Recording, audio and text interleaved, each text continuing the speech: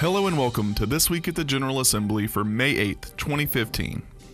In this week's show, we'll be discussing county omnibus legislation, regulatory reform, and the NCACC's County Assembly Day. Remember that you can always find more information on any of the topics we discuss here by visiting www.ncacc.org. Let's start with a piece of legislation that would accomplish several of county's goals, and it hit a snag this week. House Bill 430, County Omnibus Legislation, passed out of House Finance on Thursday morning and was added to the House calendar during Thursday's session. During discussions on the bill, the provision clarifying county recycling authority generated significant debate about local government recycling programs and fees, and a vote on the bill was postponed until Tuesday's session. Sponsored by Representatives Pat McElrath, Becky Carney, and Chuck McGrady, House Bill 430 would reconstitute the State Payment in Lieu of Taxes Study Commission. It would direct the Revenue Law Study Commission to study exempting previously taxable properties from tax bases. It would direct the Environmental Review Commission to study a statewide approach to aquatic weed control, and it would clarify county authority to levy fees for the cost of recycling programs. This legislation and the Senate companion bill would accomplish four legislative goals adopted by counties this biennium. On Wednesday, the House approved its annual regulatory reform bill, House Bill 760, Regulatory Reform Act of 2015, by a vote of 77 to 32. The legislation addresses stormwater management issues, building regulations, and renewable energy policy, among others. The legislation passed its final vote in the House during Wednesday's session after the House altered a previous amendment that eliminated a property tax exemption for renewable energy projects. The property tax exemption was added back into the final bill, which now goes to the Senate Agriculture, Environment, Natural Resources, and Finance Committees. The Senate's version of a regulatory reform bill, Senate Bill 453, is not a companion bill to House Bill 760 and is currently in the Senate Agriculture, Environment, Natural Resources Committee and has not been scheduled.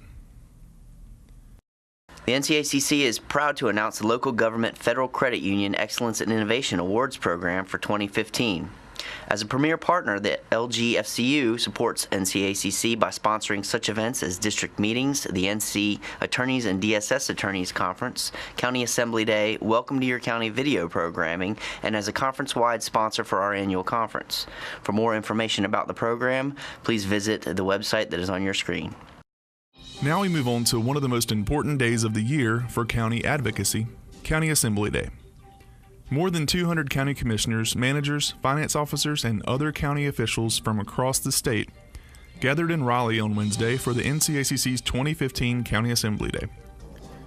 Attendees heard from Governor Pat McCrory, Speaker of the House Tim Moore, and Senate President Pro Tem Phil Berger during the morning session. That afternoon, county officials walked the halls of the legislative complex to meet with their senators and representatives to discuss county priorities. Governor McCrory, joined by OSBM Director Lee Roberts and NCDOT Chief Deputy Secretary Nick Tennyson, announced that a recent consensus report developed by OSBM and the Legislative Physical Research Division projected a budget surplus of $400 million for this year. The governor indicated that he was recommending the surplus be used to build up the rainy day fund, to invest in needed day-to-day services for people, to help job creators, and to set aside for future bonds.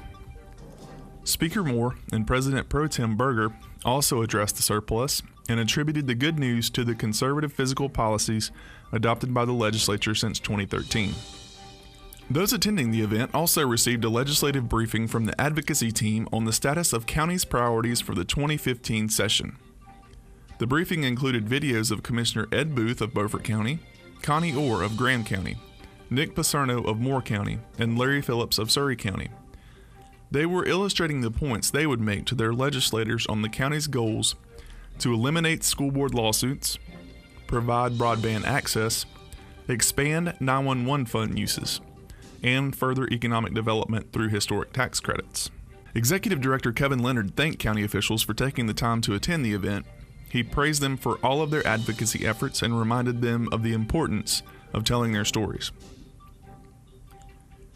Well, that's all we have for this week. If you would like more information on any of the topics we've discussed here, please visit www.ncacc.org. There you can subscribe to our legislative bulletin, as well as follow us on social media. Thank you for joining us. We'll see you next week.